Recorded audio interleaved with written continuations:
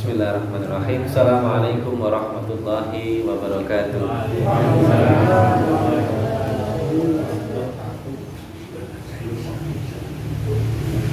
Alhamdulillah. Alhamdulillahilladzi bi ni'matihi tatimmus shalihat wa bi fadlihi tatanazzalul khairat wal barakat wa bi taufiqihi tatahaqqaqul maqasid wal ghayat. Asyhadu an la ilaha illallah wahdahu la syarika lah wa asyhadu anna Muhammadan abduhu wa rasuluhu la nabiyya ba'da. Allahumma shalli wa sallim wa barik ala nabiyyina Muhammad wa ala alihi wa sahbihi wa man tabi'ahum bi ihsanin ila yaumiddin. Bapak Ibu sekalian, adik-adikku, jamaah majelis Ba'da Maghrib rahimahullah. Alhamdulillah. Lagi Ba'da Maghrib wonten masjid Sakinah. Baitus Sakinah. Napa? Baitus Sakinah. Napa? Mushola Baitus. Oh, mushola Baitus Sakinah. Mungkin sesuai dengan namanya, bahwa kebarokahan daripada masjid Baitus Sakinah itu nanti sampai ke rumah kita. Baitus Sakinah itu maknanya pula baitlah rumah. Sakinah itu maknanya tenang. Tentu salah satu di antara sebab datangnya ketenangan itu karena saya tiang nek sampun gadah omah niku terus sampun tenang. Maka tentu sakinah yang sesungguhnya adalah ketenangan, karena Allah menjamin kita semua besok di hari akhir dapat maskan yang abadi di jannahnya Allah SWT. Nah, oleh karenanya lah Bapak Ibu sekalian, sesungguhnya syariat Islam itu senantiasa baik untuk kita. Memang sudah Allah desain sedemikian rupa sehingga sesuai dengan kebutuhan kita. Tidak ada ceritanya sesungguhnya syariat Allah yang ditetapkan atas kita itu berat. Ada yang terasa berat ya karena memang kitanya sendiri yang masih belum memantaskan diri untuk bisa mengamalkannya dengan mudah. Yang namanya manusia memang punya sifat lalai lupa. Al-insan maka nulisnya al-khatab, tempatnya salah, tempatnya lupa. Akan tetapi tentunya hal tersebut tidak bisa dijadikan alasan, karena sifatnya lupa terus kemudian lali ini terus-terusan. Betul sakit nih. Maka di dalam menetapkan syariahnya itu senantiasa kita itu diberikan tazkirah, pengingat. Maka tidak pernah ada yang namanya ibadah itu sekali cukup, tidak pernah. Senantiasa berulang sebagai pengingat. Sholat yang paling asas itu kan sholat dalam hal amaliyah yang sifatnya fardu. Maka setidaknya dalam sehari 5 waktu. Waktunya pun diatur sedemikian rupa di masa-masa di mana pada waktu itu manusia punya potensi untuk lupa. Nah, kita mesti sholat. Belum cukup seperti itu. Sepekan sekali mesti diingatkan lagi dengan hari Jumat. Sholat Jumat mesti ada khutbah. Khutbahnya rukunnya harus ada tausiah tentang takwa, kan begitu. Itu pengingat Bapak Ibu sekalian. Nah, termasuk di dalam Allah mengatur perjalanan waktu, menetapkan bulan, itu Allah rancang sedemikian rupa sehingga jadi tazkirah, pengingat bagi kita. Bahkan di antara sekian dalam 12 bulan itu Allah pilihkan 1 bulan yang begitu besar fadilah Allah sediakan di sana. Ampunan ada di sana, rahmat yang besar ada di sana. Maka Allah sebutkan bulan itu yaitu Ramadan sebagai Sayyidus Syahr, pemimpinnya bulan. Mau dapat ampunan, dapatnya di bulan Ramadan. Ingin mendapatkan balasan pahala yang dilipat gandakan, adanya di bulan Ramadan. Dalam rangka menyiapkan kita sehingga kita bisa optimal di bulan Ramadan. Dan tentunya bukan hanya Ramadan tok, karena yang namanya ibadah itu kan mesti terus, mesti dilazimkan terus menerus, mesti istimrar, berkelanjutan, mesti istiqomah. Maka jauh-jauh hari sebelum masuk Ramadan pun Allah sudah menetapkan ada bulan-bulan yang memang dimuliakan oleh Allah. Karena Allah hendak melatih kita, karena Allah hendak mempersiapkan kita. Bahkan sejak bulan itu pahala atau balasan amal yang kita kerjakan pun sudah Allah lipat gandakan. Pada Ramadannya belum ketemu, Pak. Apa bulan itu? Maka Allah menyebutnya dengan istilah syuhurul hurum, bulan-bulan haram. Ada 4 bulan haram, di mana Allah menetapkannya di surah At-Taubah ayat yang ke-36. A'udzubillahi minasyaitonirrajim. Inna iddatash syuhuri 'indallahi 12. Sesungguhnya bilangan bulan itu menurut ketetapan Allah adalah 12, ada 12 bulan. Menciptakan langit dan bumi. Jadi pergerakan bulan itu ada aturan, Bapak Ibu sekalian, dan itu tetap keadaannya. Maka ukuran menetapkan waktu di kebudayaan manapun itu pilihannya cuma 2. Kalau tidak dasarnya matahari, peredaran bumi mengelilingi matahari, maka tentu ukurannya adalah bulan. Peredaran bulan mengelilingi bumi. Selalu seperti itu di kebudayaan manapun. Maka Allah sampai mengatakan dzalika dinul qayyim, itulah ketetapan din yang lurus. Dan itu mengikat semua. Maka penjenengan cari di kebudayaan manapun yang namanya kalender itu jumlahnya mesti 12. Tidak pernah ada yang lebih dari 12 atau kurang dari itu. Hitungan Jawa 12 gitu. Mungkin enten kalender tahun Saka nggih 12. Hijriah jelas 12. Kemudian yang Syamsiah sekarang diklaim sebelah namanya Masehi juga 12. Hanya nama-nama bulannya saja yang berbeda. Cara perhitungannya yang berbeda. Satu pakai bulan, satu pakai matahari. Tapi semua sama, jumlahnya 12, ngitungnya dengan itu karena itu mah ketetapan Allah. Dan cara ngitungnya tetap sama, tidak pernah berubah. Jumlah bilangannya sama. Bahwa dulu pernah berubah ya karena dulu ngitungnya salah. Masih ingat tuh dulu yang pelajaran sejarah bagaimana ada penggenapan tahun bulan kabisat ya namanya ya. Itu kan mergo salah ngitung tuh wong barat itu pakai matahari. Sementara kalau dalam Islam tidak mungkin salah karena menghitungnya pakai bulan. Ketika belum paham hisab pakai ru'yat, setelah ilmunya berkembang menggunakan hisab kan begitu. Maka Bapak Ibu sekalian, yang penting kemudian adalah bahwa meskipun semua manusia itu mendapatkan ilham yang sama tentang jumlah bulan 12, cara menghitungnya dengan cara peredaran benda-benda langit, akan tetapi tidak semuanya beriman kepada Allah. Khusus kita umat Islam oleh Allah diberikan ketetapan dari yang 12 itu kata Allah, minha arba'atul hurum. Dari yang 12 itu ada 4 yang diharamkan oleh Allah. Dan yang lebih penting berikutnya adalah bagaimana sikap kita terkait dengan bulan-bulan haram itu. Maka Allah mengatakan fala tadlimu fihinna anfusakum. Maka janganlah kalian di dalam bulan-bulan yang 4 tadi tadlimu anfusakum, mendolimi diri sendiri. Kita akan fokus di situ Bapak Ibu sekalian. Nah, sebelum sampai ke sana, 4 bulan itu apa? Dalam hadis Nabi dikatakan, saya ambil yang paling belakang saja, salatu mutawaliyatun. Yang 3 itu berurut. Apa? Dzulqa'dah, sebagian ulama mengatakan Dzulqa'dah. Karena ulama mengatakan Dzulqa'dah itu qa'dah itu kan dari kata qu'ud, Pak. Qa'id itu duduk. Kalau qa'dah itu lungguhe mung sederek, Pak.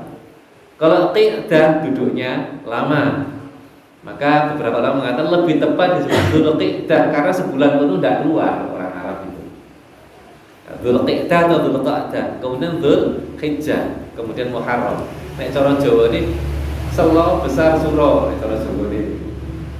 Yang Rajab, yang satunya lagi bulan Rajab. Ini terpisah agak jauh. Bahkan yang memang sejak zaman dahulu kala diharamkan oleh orang-orang Arab itu adalah Rajab. Maka Nabi mengatakan Rajab Mudhar, karena ada sebuah kabilah namanya kabilah Mudhar yang sangat mengagungkan bulan Rajab. Dan itu berlanjut terus sampai zaman Nabi, di mana pada bulan haram, khususnya pada bulan Rajab, dilarang saling bertikai, ora oleh gegeran. Sampai disebutkan ketika seorang laki-laki bertemu dengan pembunuh bapaknya, orang yang membunuh bapaknya pada bulan Rajab, ora oleh dikapak-kapak nih. Padahal orang Arab kan modelnya kayak gitu pada masa itu. Saking pemuliaan bulan Rajab. Kenapa sedemikian itu syahr, yaitu bulan Ramadan. Saking luar biasanya fadilah di bulan Ramadan, maka iman sekali kalau tidak dimanfaatkan Ramadan itu diisi dengan amalia yang maksimal di sana. Tapi manusia tidak mungkin bisa melakukan ibadah maksimal tanpa persiapan. Maka Allah sediakan sejak bulan Rajab, 2 bulan sebelumnya. Maka sampai ulama itu mengajarkan doa pada kita. Ini doanya doa ulama, bukan doanya Nabi. Hakikat doa itu kan sesungguhnya pengingat bahwa ketika kita meminta mesti konsekuen. Maka doanya berbunyi Allahumma barik lana, ya Allah berikanlah kepada kami kebarokahan. Kalau pengen dapat barokah kan mesti jadi orang yang baik, mesti jadi orang yang taat, melaksanakan apa-apa yang diperintahkan oleh Allah. Maka barokah itu akan datang. Kapan kita minta? Setidaknya fi Rajab, pada saat bulan Rajab, wa Sya'ban, dan juga di bulan Sya'ban. Maka ketika kita sudah mohon kebarokahan dari Allah pada bulan Rajab dan Sya'ban, ya konsekuensinya siapkan diri Anda untuk memberikan ibadah terbaik, berakhlak terbaik pada bulan Rajab, pada bulan Sya'ban. Dalam rangka apa? Wa balighna Ramadan. Sampaikan umur kami sehingga bisa ketemu dengan Ramadan. Jadi kira-kira begitu sesungguhnya makna dari doa yang populer itu. Sudah tidak usah diperdebatkan ini doa yang bagaimana. Yang jelas ini asalnya dari ulama, bukan dari Nabi, pasti itu. Dan insya Allah boleh diamalkan, karena doa itu kan sesuai kebutuhan kita. Zaman saat ini kredit jatuh tempo, dongan itu ya Allah duit. Kenapa ya zaman Nabi mau katakan tadi? Kan kebutuhan itu sama seperti ini. Yang penting kita tahu, kita paham bahwa ini tidak berasal dari Nabi. Tapi dampak positifnya adalah jadi pengingat. Ini sudah masuk bulan Rajab, kita mohon kepada Allah semoga diberi kekuatan bisa memaksimalkan amal di bulan Rajab. Lanjutkan bulan Sya'ban, karena Sya'ban kata Nabi kan bulan yang sudah dilupakan, kata Nabi. Maka Bapak Ibu sekalian, kenapa Allah haramkan tadi balik lagi? Haram itu maknanya mulia. Meskipun tentu bukan berarti babi itu mulia, karena babi itu haram, khamr itu haram. Berarti khamr mulia, lagi keliru itu. Kenapa Allah mengharamkan yang seperti itu? Karena sesungguhnya Allah itu hendak memuliakan manusia, khususnya yang beriman. Maka Allah katakan di surah At-Tin, laqad khalaqnal insana fi ahsani taqwim, diciptakan dalam bentuk yang terbaik, mulia dia. Tapi ketika kemudian dia tidak menggunakan waktunya, hidupnya untuk taat pada Allah, maka Allah mengatakan tsumma radadnahu asfala safilin, tempat kembalinya itu neraka paling bawah. Maka Allah larang kita untuk memelihara kemuliaan diri kita.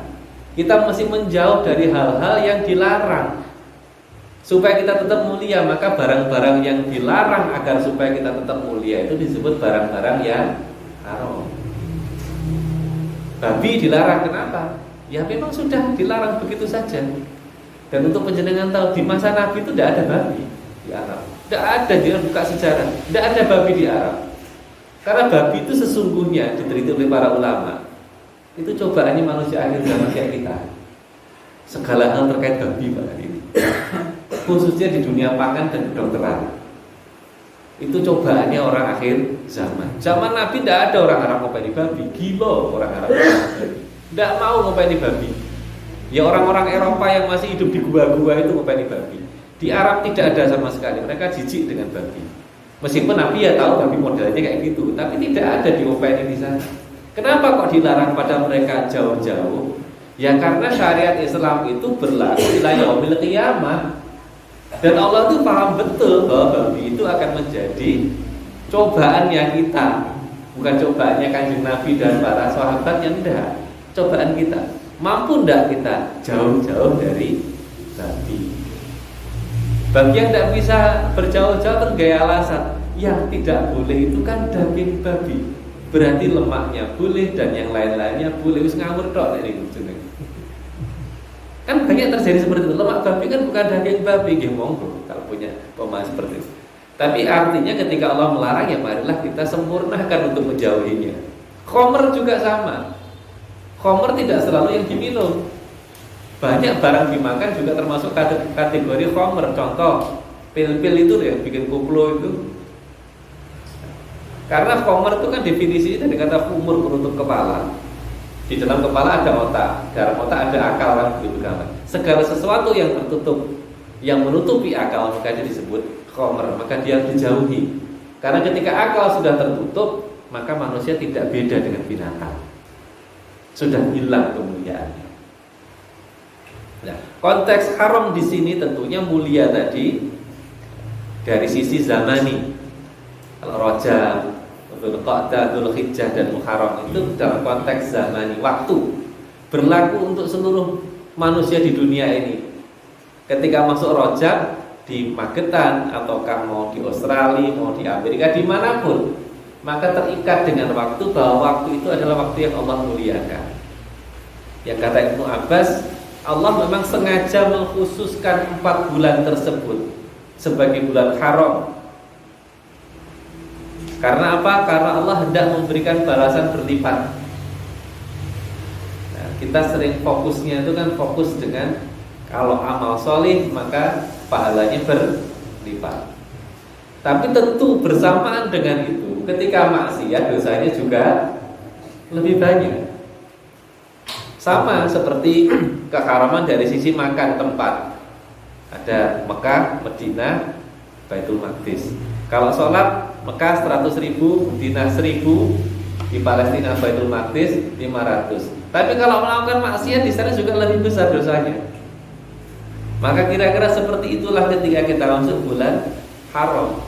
Harapannya kita mulai menyiapkan diri kita, berupaya semaksimal kita bisa melaksanakan segala yang Allah perintahkan, meninggalkan semua yang dilarang, tidak mencoba-coba meninggalkan kewajiban atau melaksanakan yang dilarang oleh Allah, karena dosanya pun berlipat, lebih banyak dibandingkan dengan ketika dikerjakan di bulan-bulan yang lain. Maka Bapak Ibu sekalian, berikutnya yang juga jadi catatan bagi kita, mungkin bagi yang sepuh tidak terlalu ya. Kita sering fokusnya berkaitan amal soleh itu kan sifatnya nafsi-nafsi yang fardhi. Karena setiap hal itu kan ada amanah yang mesti dipenuhi haknya.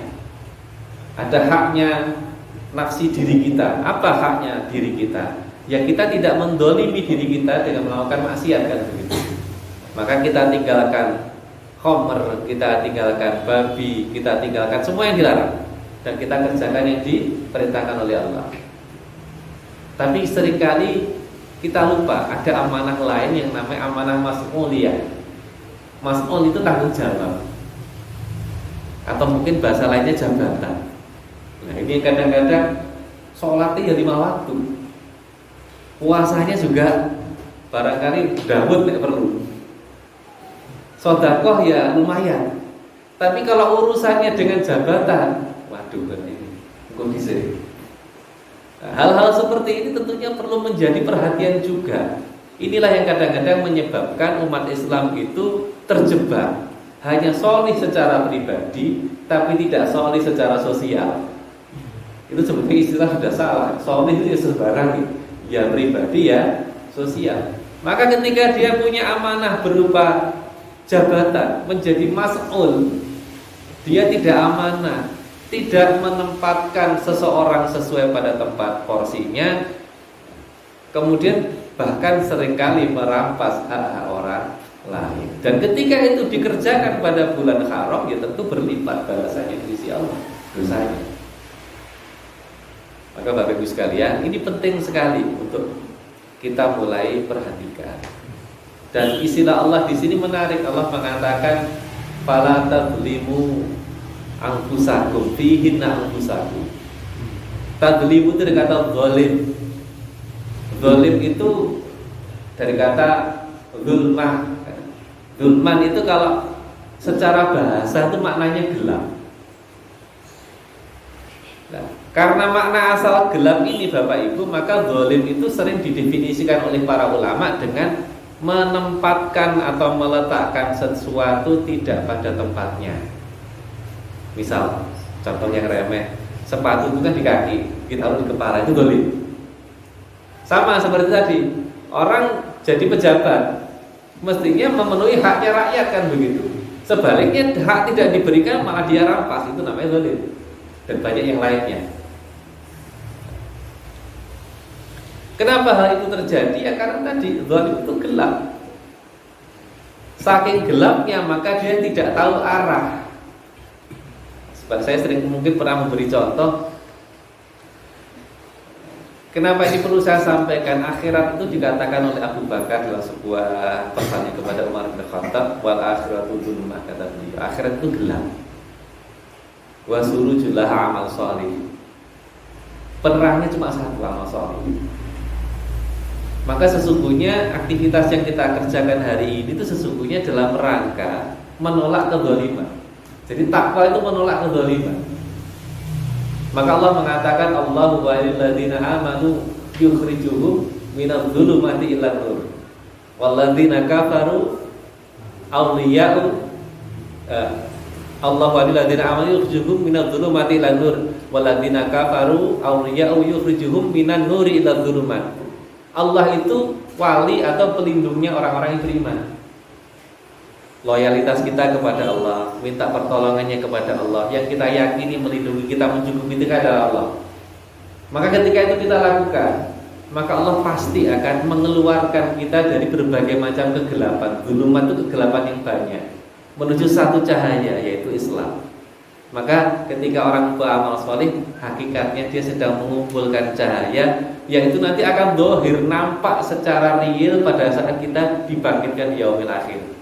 Sementara mengikuti orang kafir, mengikuti orang-orang fasik, mengikuti kemaksiatan, hakikatnya adalah yukhrijuhum minan nuri ila dzulumat, mengeluarkan dia dari nur, cahaya kebenaran yang cuma satu, karena nur itu satu, kalau banyak anwar namanya, menuju kepada kegelapan yang banyak, dzulumat.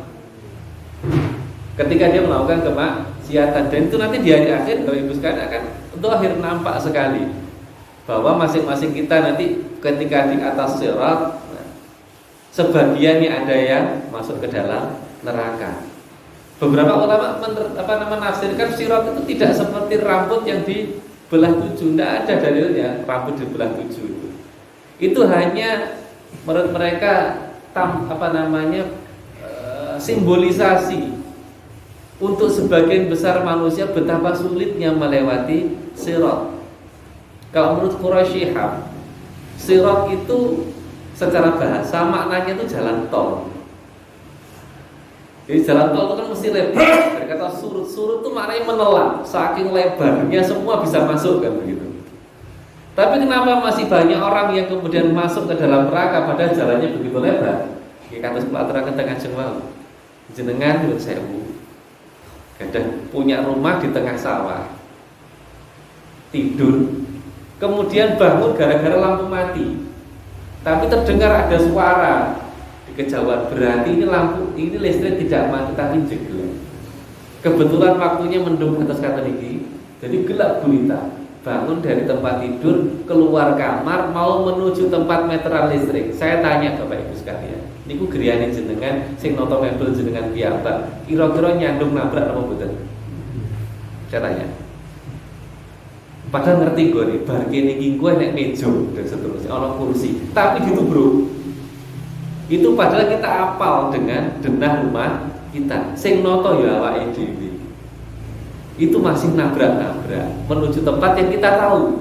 Sementara ketika kita lewat Shiratal Mustaqim, pertanyaannya, apakah sudah ada manusia yang pernah survei ke sana? Sudah gelap, tidak pernah survei, ya mau kemana lagi kalau tidak masuk ke dalam neraka? Maka pentingnya ini kita siapkan sejak di dunia dan seperti itu. Maka para ulama mendorong kita, menganjurkan kita untuk bersiap-siap tarhib Ramadan sejak bulan Rajab. Tarhib dari kata rohaba yurahibu tarhiban. Rohab niku longgar, luas.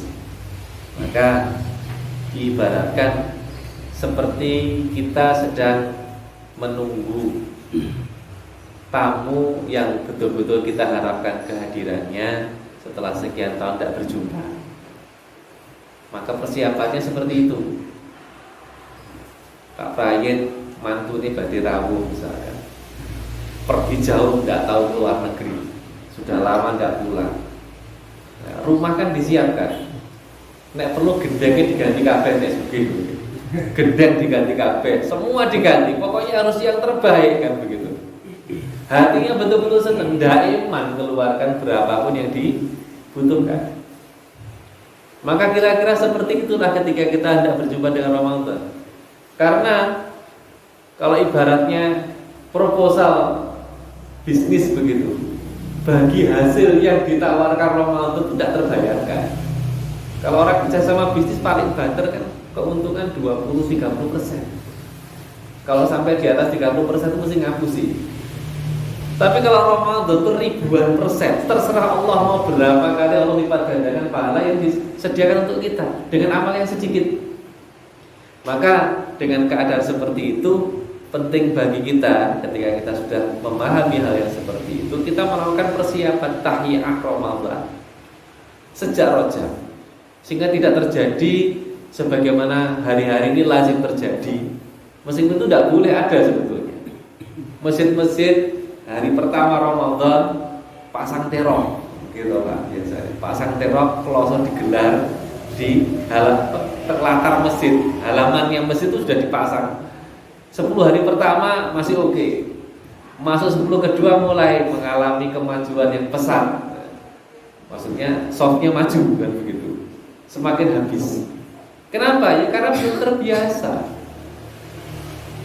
Kalau diibaratkan olahraga begitu masih pemanasan dulu. Nek enggak kan kram di tengah jalan. Kira-kira sih mau tarawih atau surah budal tarawih itu kram kira-kira. Karena memang tidak cukup siap mereka melakukan ibadah tadi. Karena balik lagi kelanggengan atau keistiqomahan kita melaksanakan sebuah amal itu karena memang dibiasakan. Makanya kenapa ada Ramadan 1 bulan itu harapannya lepas Ramadan bisa tetap istiqomah. Nah, karena kita paham Ramadan itu balasan yang paling besar dibandingkan bulan-bulan yang lain, maka kita siapkan sejak jauh-jauh hari. Tahiyah maknawiyahnya secara spiritual kita siapkan. Dengan apa? Yang mulai melatih diri melaksanakan tentu yang 5 waktu ditertibkan, ditambah yang nafilah, sunnah qobliyah maupun ba'diyahnya, kemudian ditambah duha, ditambah tahajud dan yang lain-lainnya. Mulai kita memperhatikan kembali urusan tilawatil Quran, karena kan Ramadan syahrul Quran. Lo mau Quran itu yang betul biasa dia kesel. Padahal kalau kita baca WA itu berjam-jam ya biasa. Tapi nek mau Quran itu mesti pedes. Ya karena banyak gangguannya ya. Balik lagi kalau WA kan ya paling seneng. Tapi kalau tilawah Quran itu kan balasannya luar biasa. Satu hurufnya 10. Kan memang segala hal yang balasannya besar kan mesti rekoso. Kalau balasannya mudah kata Ustaz, kalau mudah kata Ustaz Abdul Somad, paling-paling dapatnya kipas angin kata beliau. Maka itulah kita siapkan maknawiyah kita dengan sholat-sholat nafilah kita. Sambil tentunya yang lebih pokok adalah yang wajib ditertibkan. Kemudian tilawah Quran, mulai memelihara akhlak yang baik, silaturahim dengan orang tua, dengan kerabat dan seterusnya. Kemudian kita siapkan juga tahiyah jasadiyah, fisiknya disiapkan. Zaman sekarang ini kan makanan banyak, makanan enak banyak, duit sebagai juga punya. Ya mulai dikendalikan. Jangan sampai begitu masuk Ramadan asam urat tinggi gitu begitu. Sehingga rukuk loro kabeh gitu. Badhe sujud nggih kangelan. Atau kolesterolnya tinggi, gula darahnya tinggi kan itu nggih. Jadi nek salat malah kelemun-kelemun misalkan. Akhirnya kita tidak bisa maksimal. Nah, itu tahiyah jasadiyah yang biasanya melekan di warung kopi ya mulai dimareni kan kata nggih. Mulai olahraga karena Ramadan pun ada aktivitas yang butuh kekuatan fisik, salah satunya sholat tarawih. Ya alhamdulillah. Tanda petik alhamdulillah ini. Atau magetan itu kan tarawihnya ini pula belum 100% tarawih. Karena tarawih kan dari kata rohah kan. Rohah itu kan istirahat. Nah, zaman Kanjeng Nabi riyen nggih mulai isya sampai menjelang subuh kan begitu zaman Nabi. Kalau kita nek kedawan kan malah kehilangan jamaah nanti. Tapi setidaknya paling boten itu jangan kemudian 7 menit selesai terus darah bunyi niku. Itu tentunya kan butuh kesiapan fisik. Kau nek sing diwaca karo imamnya, nggih Mas ya. Amayatasa alun itu waduh mburi wis greges wis ane mburi. Apik bacaane wis tartil dan seterusnya tapi memang dasarnya tidak terlatih ya tetap tidak akan kembali. Itu dilatih dari sekarang. Tahiyah jasadiyah. Dan yang berikutnya tahiyah maliyah. Mulai harta itu disiapkan. Kita biasanya tahiyah maliyah kan tahun ajaran baru. Biasanya kan itu tahun ajaran baru atau menjelang Idul Fitri. Nah, ya sebetulnya tidak ada yang salah karena Idul Fitri memang itu kan harus harus dirayakan dengan pakaian terbaik dan kita harus makan pada waktu itu kan butuh biaya. Cuma alangkah indahnya jangan cuma fokus di Idul Fitrinya saja. Karena yang jelas-jelas dapat balasan besar itu Ramadannya. Sehingga Nabi mengatakan Ramadan itu sebagai syahrul muwasah, bulan di mana kita mesti banyak berderma mengeluarkan harta, sedekah. Karena tentunya balasannya tidak bisa dibandingkan dengan bulan-bulan yang lain. Meskipun tentunya ini tetap sesuai kemampuan. Allah tidak pernah mengukur dari sisi banyak sedikitnya. Yang lebih menentukan itu kalau kata Aisyah, tentu meriwayatkan dari Nabi, pahala itu berbanding lurus dengan susah payahnya. Dan terus 5.000-nya saya dengan 5.000-nya tukang becak itu jauh. Pasti lebih tinggi nilainya di hadapan Allah 5.000-nya tukang becak. Karena dia sehari dapat 50.000 setengah mati. Belum tentu dapat 50.000, malah mungkin sehari cuma dapat 10.000. Susah payahnya itu menentukan seberapa nilainya di hadapan Allah. Maka tidak usah kecil hati kalau termasuk golongan yang hartanya itu masuk kategori cukup. Karena dalam Quran itu tidak ada istilahnya miskin, Pak. Yang ada itu rezeki itu kan dilonggarkan, diluaskan dan dicukupkan kan. Sing ngepres niku lho Pak. Itu tidak usah kecil hati karena Allah mengukurnya dari susah payahnya. Sampai dalam hadis kan kalau memberi makan orang yang puasa, dia dapat pahala sebagaimana pahala orang yang berpuasa tanpa mengurangi haknya sedikit pun. Meskipun kata Nabi, tidak ada istilahnya satu piring gulai itu tidak. Meskipun hanya dengan sebutir korma atau seteguk. Nah, ini artinya sesuai dengan kemampuan kita. Dan itu semua adalah dalam rangka Bapak Ibu sekalian, ini menutup ada sebuah hadis yang ini saya sampaikan.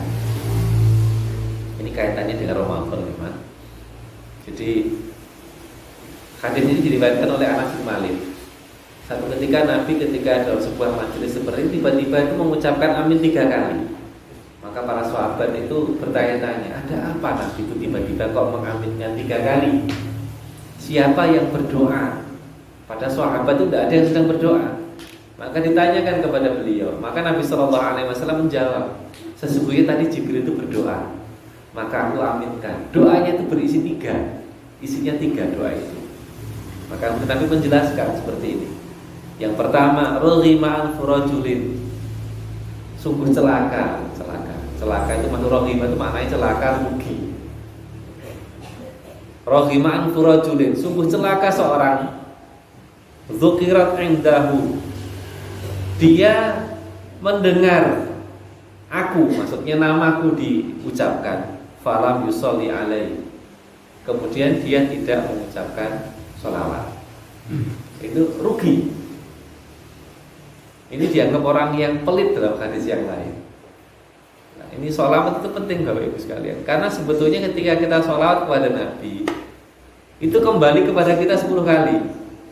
Bukannya Nabi itu tidak selamat. Nabi sudah selamat, Nabi itu maksum. Kenapa ada sholawat Bapak Ibu sekalian? Ini sekaligus untuk meluruskan pemahaman supaya kita tidak terjebak dengan ramai masalah isi dari sholawat. Sebelum masuk masalah isi sholawat yang katanya ada yang mengarah kepada kesyirikan dan seterusnya, sebelum sampai ke sana, ada satu hal yang mungkin jarang dibahas. Jadi sholawat itu adalah syariat kita umat Islam, belum ada sebelumnya. Dan sholawat itu ada, itu gara-gara kecelakaan besar dalam urusan tauhid. Kecelakaan yang mana? Nabi sebelum Nabi Muhammad SAW. Nabi siapa? Nabi Isa. Kecelakaannya apa? Dianggap anak Tuhan, dipertuhankan. Karena apa? Saking solihnya Nabi Isa. Nabi Isa itu jarang terlihat makan, poso terus. Maka Nabi ini nggih dahar, nek dahar Nabi itu diketokke. Nek lenggah lagi betul patek miyayeni Nabi. Sunahnya makan itu loh, lenggah lah betul patek miyayeni itu. Supaya Nabi itu tetap dianggap menungso gitu. Beliau makan, beliau juga menikah, juga pergi ke pasar. Nabi Isa tidak pernah terlihat itu, saking solihnya. Nek cara mriki termasuk digdoyo sekti nek cara saat ini. Jenengan bayang nih Pak, mukjizatnya utuh diusap melek gitu. Sakit lepra diusap sembuh. Mati itu diusap tangin ya. Bisa ditanya untuk kemudian mati lagi memang atas izin Allah tentunya. Maka kemudian yang terjadi dia dianggap sebagai anak Tuhan, disembah. Nah, Allah tidak menginginkan hal yang sama berulang, maka kemudian disyariatkan atas kita sholawat. Meskipun Rasulullah kita yakin, hakul yakin adalah manusia terbaik sejak awal sampai akhir zaman, tapi tetap bunyi sholawat Allahumma, Allah yang memberi, Nabi yang menerima. Itu untuk mencegah kita dari kecelakaan urusan tauhid. Maka apapun isinya, sholawat itu pujian. Karena perintahnya pujian itu yang terbaik. Ketika kita paham itu, kita tidak akan terjerumus ke dalam hal seperti itu. Nah, kembali lagi terakhir tadi, kemudian dilanjutkan warohi ma'ang furajulin dakhala Ramadan summa insalaha qabla an yughfara lahu. Celaka seorang yang masuk Ramadan, ketemu Ramadan, kemudian keluar dari Ramadan, ya ngelakoni Ramadan, akan tetapi dikatakan qabla yughfar lahu, dia tidak mendapatkan ampunan dari Allah. Dan yang terakhir warohi ma'an furajulin, dan celaka juga seseorang itu adraka indahu abawahul kibara, yang bersama dengan dia orang tua yang sudah sepuh, falam yudkhilahul jannah, akan tetapi kedua orang tuanya itu tidak menjadi wasilah untuk surga. Maksudnya tidak birrul walidain. Mungkin itu Bapak Ibu sekalian, sudah masuk waktunya Isya. Semoga jadi tadhkirah bagi kita, siap-siap dari sekarang. Ramadan insya Allah masih 1 bulan lebih, proyeknya masih awal-awal. Monggo mulai dipersiapkan sehingga masuk Ramadan tidak terjadi, jangan sampai jamaah itu sakinah terus kram di tengah jalan. Rugi sehingga nanti Idul Fitri betul-betul kembali fitrah, bukan cuma kembali makan. Mungkin itu Bapak Ibu sekalian bisa saya sampaikan. Ada kurang lebihnya mohon maaf. Assalamualaikum warahmatullahi wabarakatuh. Waalaikumsalam warahmatullahi wabarakatuh.